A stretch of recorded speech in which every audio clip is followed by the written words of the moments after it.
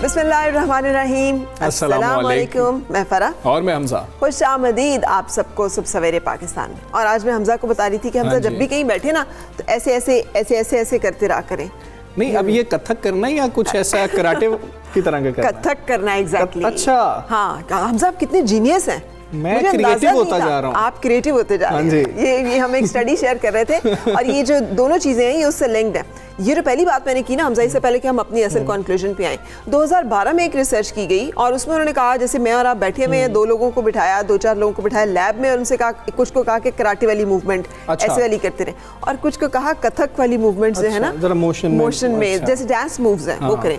तो उसके बाद उनको कुछ टास्क दिए गए। तो जो फाइंडिंग्स थी वो ये थी कि जिन्होंने जरा डांसिंग टाइप की मूवमेंट की वो ज्यादा क्रिएटिव थे, उनके सॉल्यूशंस ज्यादा जेन्युइन थे, जीनियस थे, वो ज्यादा जिसे कहना चाहिए ना खालिस थे, कोई फेक नहीं थे कर रहे, वो नेचुरल थे।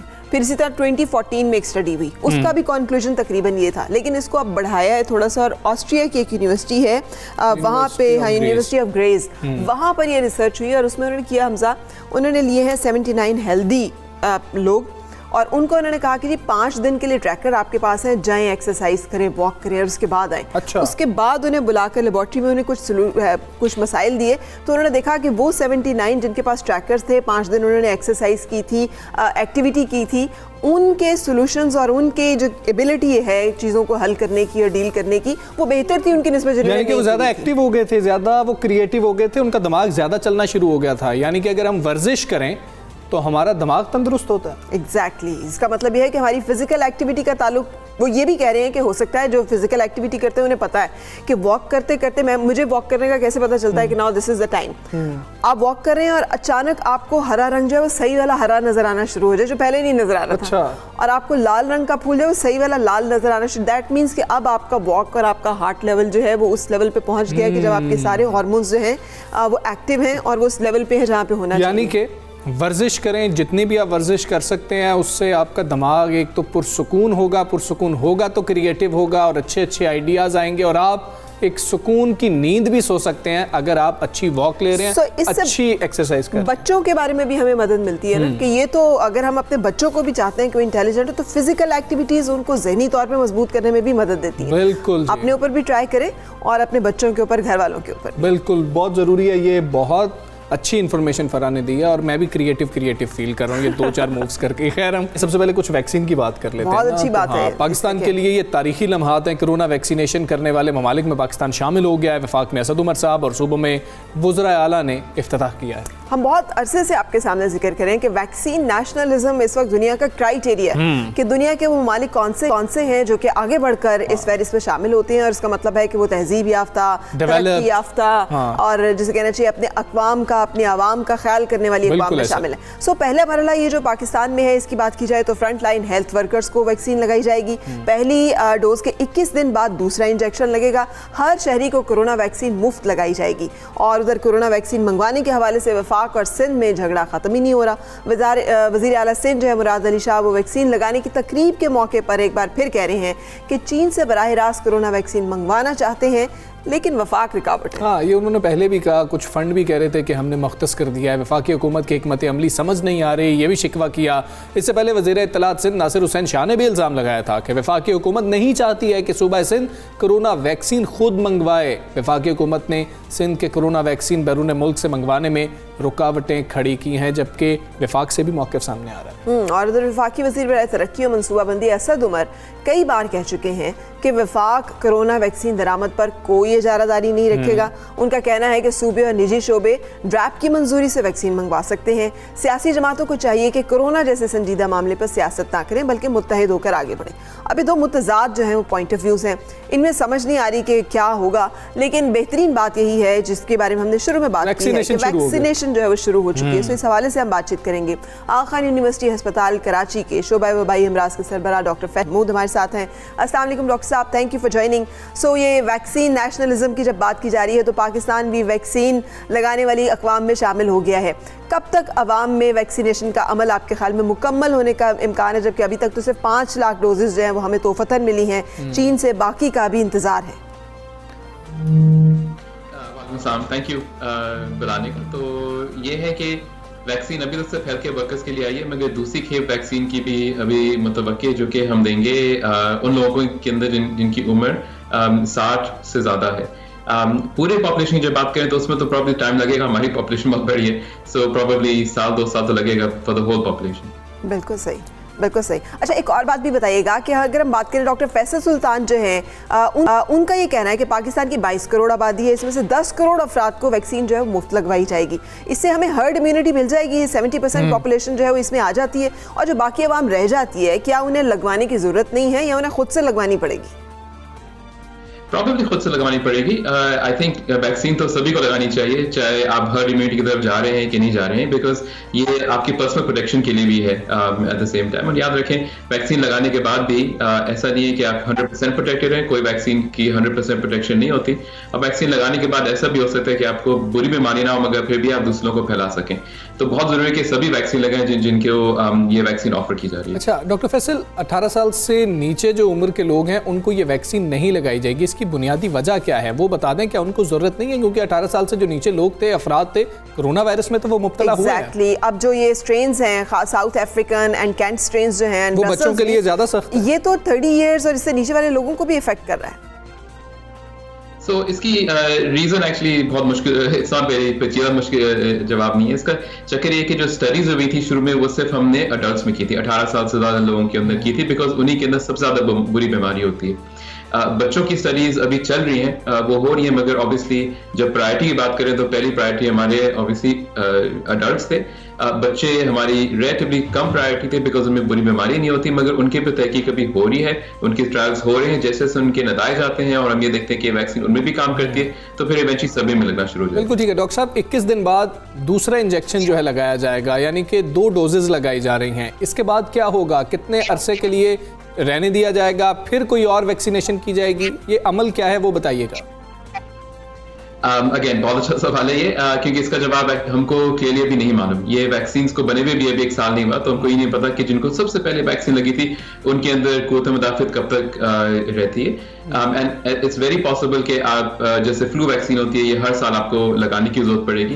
आई थिंक जैसे से इस साल अपने इख्तिताम की तरफ आएगा और अभी जिन लोगों को वैक्सीन लगी है उनको हम चेक करेंगे एंड देन पता लगेगा क्या इसकी बूस्टर्स की जरूरत है कि नहीं है।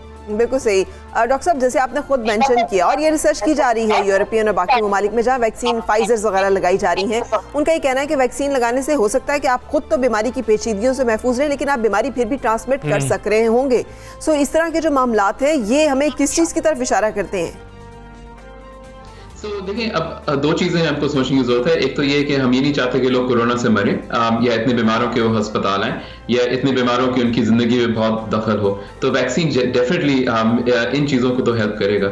मगर याद रखें कि वैक्सीन हमारे इस वायरस से लड़ने के हथियार में सिर्फ एक हथियार है। मास्क, लोगों से दूर रहना, हुजूम से दूर हुजूम में नहीं जाना, ये सब चीजें साथ साथ चलती रहेंगी। जैसे जैसे ये अपना वायरस अपना जोर तोड़ेगा तो फिर हम बाकी नॉर्मल जिंदगी की तरफ आना शुरू होंगे। मगर अभी इसमें टाइम ऐसा नहीं कि वैक्सीन आ गया तो बस अब हम दावतें शुरू कर दें। बिल्कुल ठीक है डॉक्टर साहब, इस वक्त कोरोना की सिचुएशन क्या है वो भी हमें बता दें। हम देख रहे हैं कि इस वक्त कमी आई है, केसेस के अंदर भी कमी आ रही है और जो क्रिटिकल केसेस हैं वो भी कम हुए हैं, तो आप क्या देख रहे हैं? दूसरी तीसरी लहर बाकी जगहों पर तो बहुत सख्त आई है, पाकिस्तान दूसरी लहर से भी बच गया अल्हम्दुलिल्लाह।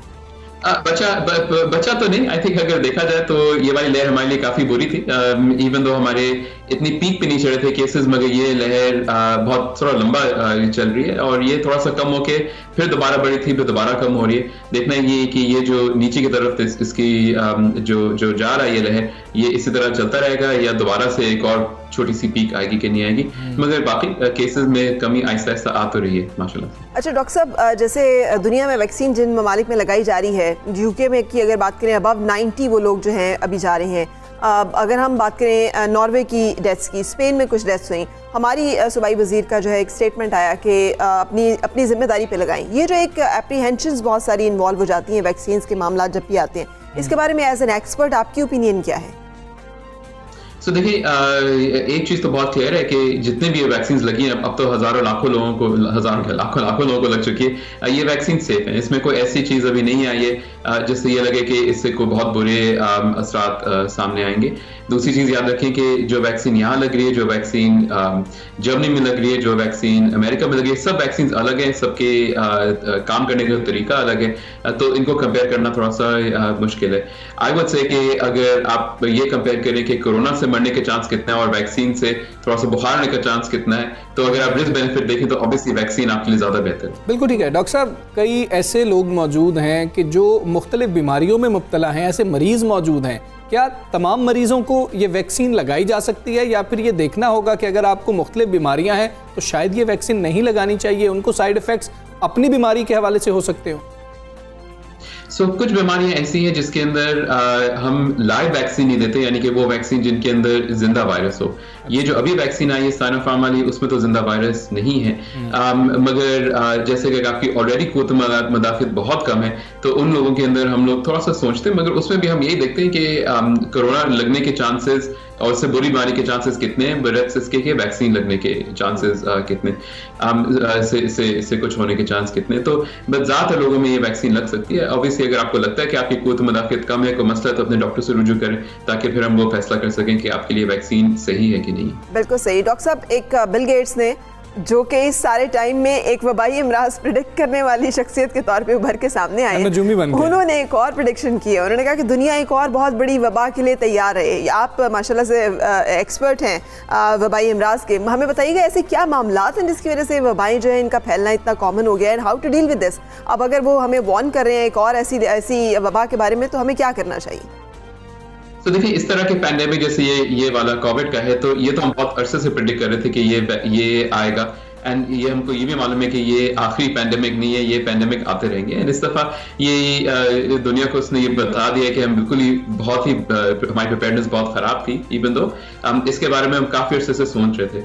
एंड इसकी वजह यही है कि जैसे जैसे हमारी पॉपुलेशन बढ़ रही है, हमारी यानी कि इंसानों की पॉपुलेशन बढ़ रही है, हम जानवरों के उनकी जो रहने की जगह है वहाँ पे हम इंक्रोच कर रहे हैं, तो अब वायरसेस को आगे पीछे होने के चांसेस बढ़ जाते हैं। एंड प्रॉब्ली ये आखिरी पैंडेमिक तो डेफिनेटली नहीं है, अभी और भी आएंगे और आते रहेंगे, और ये हमारे जब से इंसान है, जब से ये पैंडेमिक्स आते जाते रहते हैं। बिल्कुल ठीक है डॉक्टर फैसल महमूद, बहुत शुक्रिया आपका। सुबह सवेरे पाकिस्तान से आप बात थी, अभी कई चीज़ें हैं जो क्लियर नहीं है, लेकिन ये एक बात क्लियर है कि वैक्सीन लगवाना बहुत ज़्यादा ज़रूरी है। तो आपने परेशान नहीं होना, वैक्सीन लगवाएं और रिस्क बहुत ही कम है। और जो छोटी छोटी रिसर्चेस हम आपके साथ शेयर करते हैं ना, उसका मतलब ही होता है कि दुनिया लौट के वापस उसी महवर की तरफ जा रही है जो असल है, जो बुनियाद है। और वहाँ पर है कि फिजिकल एक्टिविटी, साफ नेचुरल खाना, सादा खाना और ज्यादा फिजिकल एक्टिविटी करना, ताकि आप निस्फ़ ईमान है। ये तो हम सबको पता है, सफाई बहुत ज़्यादा ज़रूरी है। और अगली जो वबाएं आ रही हैं, खुदा न खास्ता अगर वो पाकिस्तान तक पहुँचती हैं, दुनिया में आती हैं, तो आप महफूज रह सकते हैं। खैर, आगे बढ़ते हैं फरा, एक और बहुत अहम मामला है। एक तीर से दो शिकार करने, तो हम सब ने ना सुन रखा है। कराची लोगों को मैंने करते देखा भी।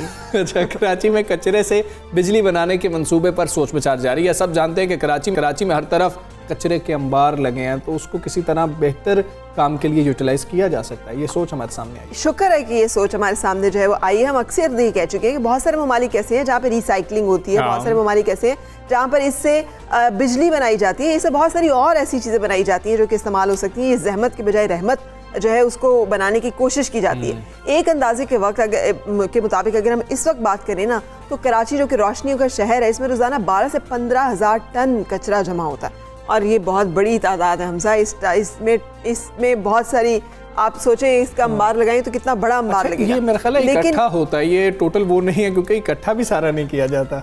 कराची के अंदर हम देखते हैं ना कि अंबार लगे होते हैं। बिल्कुल सही कहा। हाँ, और तो इम्पॉर्टेंट बात यह है कि ये जो अंबार है, अगर इससे हम कोशिश करें तो 200 मेगावाट बिजली पैदा की जा सकती है। बिजली का कितना मसला हल हो सकता है। और इससे भी एक अच्छी बात है कि सिंध सरकार भी इस मामले में संजीदा दिखाई दे रही है और कचरे से बिजली बनाने के लिए नया कानून भी लाया जा रहा है। हाँ, के इलेक्ट्रिक को भी वार्न भी किया गया ना कि उनकी भी बिजली के जो यूनिट्स हैं उसमें इजाफा किया, उनकी कीमत में इजाफा किया जाएगा। लेकिन के इलेक्ट्रिक के वाले से बात करें तो पहले ही 50 मेगावाट बिजली के MOU पर दस्तखत हो चुके। वज़ीर आला सिंध मुराद अली शाह की ज़ेर सदारत सूबाई ताउन अमल दरामद कमेटी के इजलास में सिंध हुकूमत ने सॉलिड वेस्ट मैनेजमेंट बोर्ड का इख्तियार जो है वो निचली सतह पर मुंतकिल करने का फैसला कर लिया।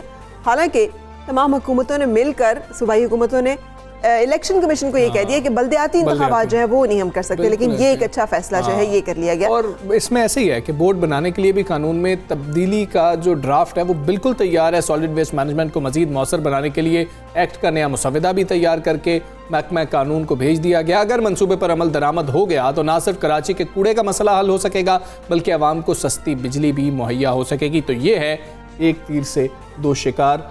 तीर तो मौजूद है, शिकार होता है या नहीं होता ये हम देखते हैं। तीर भी मौजूद है, शिकार भी मौजूद है। अब कितना निशाने पे लगता है ये शिकार शिकारी से, उसके बारे में हमें फैसला करना है, क्योंकि अक्सर ऐसी जब पॉलिसीज आती हैं तो रोक दी जाती हैं। जैसे हमारे यहाँ पे बहुत सारी बात की जाती है कि पाकिस्तान में इतना सूरज है, सोलर एनर्जी क्यों नहीं बनती, इतना विंड है, विंड एनर्जी क्यों नहीं बनती। तो बहुत से ऐसे मल्टीपल सोर्सेज हैं। इस हवाले से बात करेंगे नायब कराची चैम्बर ऑफ कॉमर्स और मारूफ सनतकार शमसुल इस्लाम साहब से। अस्सलाम वालेकुम शमसुल इस्लाम साहब, शुक्रिया आपने वक्त निकाला। फरमाइएगा कि कराची से जो कचरे से बिजली बनाने का मंसूबा, ये तेल या गैस की निस्बत बिजली की निस्बत कितना सस्ता होगा और कितना वर्केबल है? देखें, पहली बात तो ये कि तेल और गैस आप इस वक्त इंपोर्ट कर रहे हैं। पाकिस्तान बहुत बड़ी पहले बिल पेमेंट करता था ऑयल की इंपोर्ट के ऊपर, उसके बाद फिर हमने LNG के ऊपर स्विच किया तो वो LNG की बहुत ज़्यादा इंपोर्ट हो रही थी। और हमारे जितने भी थर्मल पावर प्लांट्स थे उनको तकरीबन उन्होंने LNG पे कन्वर्ट करके ये तो बताया कि हमने जो ऑयल की निस्बत जो है अपनी कॉस्ट कम कर ली है, लेकिन आपका इंपोर्ट का बिल तो वैसे का वैसे ही था। तो साथ ही जो आपने जो वेस्ट की बात है, दुनिया भर में जो है जैसे जैसे तरक्की हो रही है वैसे वैसे वहाँ पर वेस्ट के अंबार बढ़ते जाते हैं। और लोगों की जितनी भी कंट्रीज़ स्मार्ट एफिशिएंट कंट्रीज़ थी उन्होंने उसको रिसाइकल करके उसकी से बिजली पैदा करना शुरू कर दी, बल्कि उससे कई चीज़ें और उन्होंने अपना रिसाइकल करके एक्सपोर्ट किया। तो वो वेस्ट को दुनिया में जो है efficient country as a gold treat करते हैं, लेकिन इनएफिशिएंट कंट्रीज़ में वो वेस्ट ही रहता है। कराची चैम्बर ऑफ कॉमर्स ने कुछ 2008 से इसके ऊपर काम शुरू किया हुआ था और हम इनको बता रहे थे, मुसलसल गवर्नमेंट को अवेयरनेस दे रहे थे, जिसके नतीजे में हमारे पंजाब ने सबसे पहले बात सुनी और वहाँ पर सॉलिड वेस्ट मैनेजमेंट बाकायदा शुरू हुई और वहाँ पर काम शुरू हो गया। अब कराची में भी हमारा सॉलिड वेस्ट मैनेजमेंट की अथॉरिटी भी इन्होंने बना दी है, अदारे भी बन गए। तो लेकिन अब इस वक्त जो काम हो रहा था वो ये था कि वेस्ट कोई एक कंपनी कलेक्ट करके और सुपर हाईवे पे शहर से बाहर साइट्स पे लैंड फिलिंग साइट्स है वहाँ पे ले जाते थे, वहाँ डंप करते थे या उसको जला देते थे। और आपको पता है कि आप जो टेम्परेचर जो बढ़ रहा है दुनिया का, जिसकी वजह से ये एल निनो का जो इफेक्ट्स आ रहे हैं आपके क्रॉप्स के मौसम की तब्दीली, वो सारी इस वजह से हो रही है कि हमारे जो है टेम्परेचर बहुत ज़्यादा बढ़ता जा रहा है। तो पेरिस एग्रीमेंट के हिसाब से पाकिस्तान भी क्योंकि उसका सिग्नेटरी है, वहाँ पर यह तय किया गया कि कम से कम 1.5 डिग्री सेंटीग्रेड टेम्परेचर कम करना होगा। तो उसके लिए हमें सबसे पहले तो ये देखना है कि हमारे पास जो है CO2 की एमिशन जो हो रही है वो, फिर दूसरा हम जो अपना माहौल को अपने आलूदा करने वाली चीज़ें कर रहे हैं। जैसे आपकी रूरल एरियाज़ के अंदर बहुत बड़ा एरिया होता है जहाँ किसान अपनी फसलों की जो रेजिड्यू है, जो फजला है, उसको खुले आसमान के नीचे जला देते हैं क्योंकि उनके पास लेबर की कमी है, फार्म लेबर की कमी है, तो वो अपनी मेहनत बचाने के लिए और उसको उनका कुछ पैसा भी नहीं मिलता, उसको जलाते थे। इसी तरह से शहरों में ये है कि अर्बन वेस्ट का ये होता है कि आपका एक तो डोमेस्टिक वेस्ट होता है, क्योंकि अब आपने देखा है कि लाइफ बड़ी मॉडर्न होती जा रही है, हर चीज़ अब पैकेट की आती है। सुबह आप उठते हो, नाश्ता करने जाते हो तो 2-4 चीज़ें आप ऐसे अपनी डस्टबिन में ऐड कर देते हो। तो उससे देखते हुए कि हमें पाकिस्तान में, क्योंकि कराची में तकरीबन ये जो आपने जो डेटा दिखाया है 12 से 13,000 टन, ये ऑफिशियल डेटा है, लेकिन जो हमारी रिसर्च है वो ये कहती है कि तकरीबन 25,000 टन रोज़ाना कराची से वेस्ट जो है वो प्रोड्यूस हो रहा है। तो ये बहुत बड़ी क्वांटिटी है और इसको सही फरमाया आपने, लेकिन जिन ममालिक की हम बात करें सर, वहाँ पे तो ऑर्गेनिक इनऑर्गेनिक वेस्ट का बड़ा ज़बरदस्त कॉन्सेप्ट है। 2 बिन्स रखे होते हैं जिसमें से आप नहीं डाल सकते ऑर्गेनिक वेस्ट इनऑर्गेनिक में, और प्लास्टिक और बोतलें और इस तरह की चीज़ें ऑर्गेनिक में अगर आप डाल दें हेविली फाइन आपको लगता है, और उसके बारे में कोई आर्ग्यूमेंट भी नहीं होती, फाइन लग गया तो लग गया। हमारे यहाँ पे तो ये सेंस ही नहीं है, हम तो हर एक चीज़ इकट्ठा डालते हैं, तो हमारा कचरा जो है उसको इस तरह फ़िल्टर करना और उससे तमाम जो मामलात आगे बढ़ाना मुमकिन है। बिल्कुल मुमकिन है, कोई चीज़ नामुमकिन दुनिया में नहीं होती। हमें सिर्फ अपने लोगों को ट्रेन करना है, और जब इसमें प्राइवेट सेक्टर आता है तो फिर वो ऑटोमेटिकली उस पर इन्वेस्टमेंट भी करता है।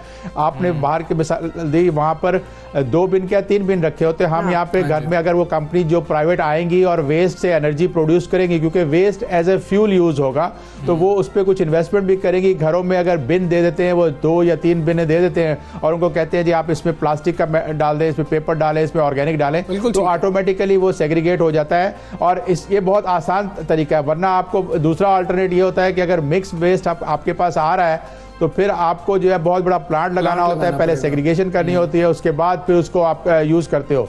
तो एफिशिएंट वे ये है कि पहले जहाँ पे ये प्रोड्यूस हो रहा है वहीं पर आप उसको अलग अलग कर दो।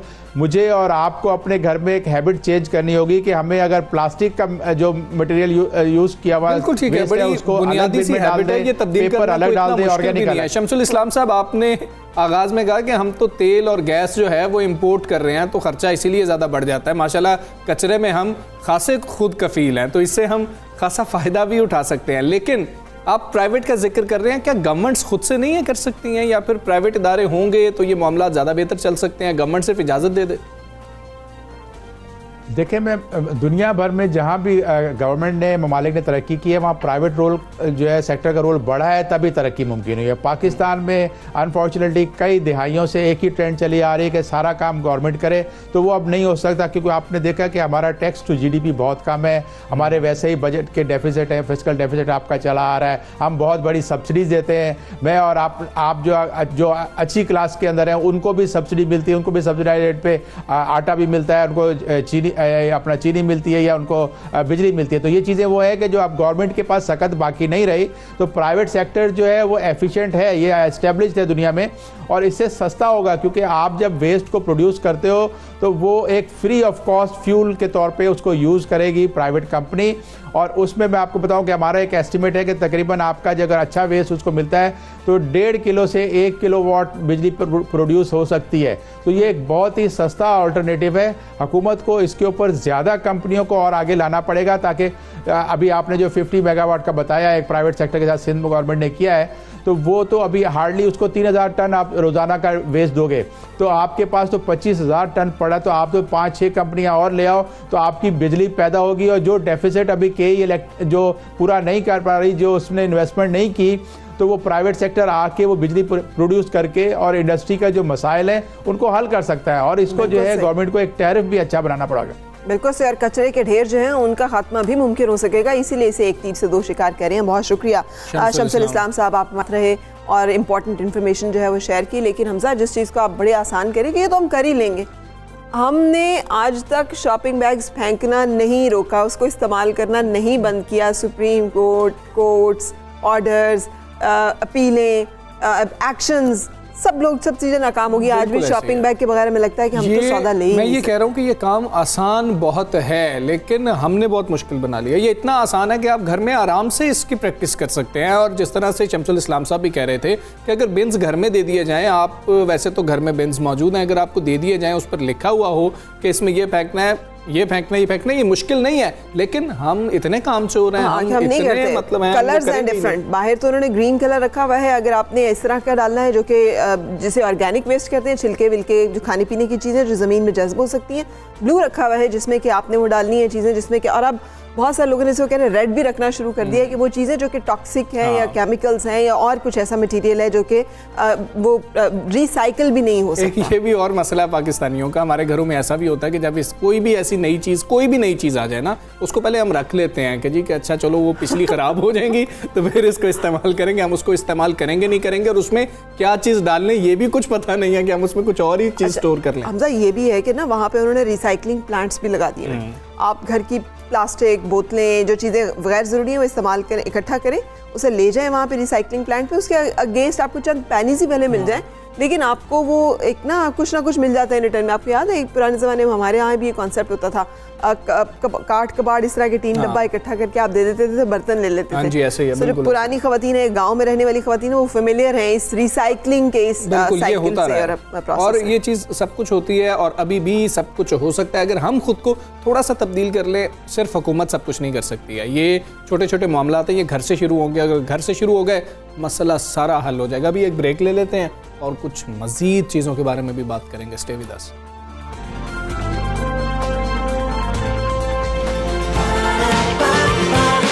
सुबह 7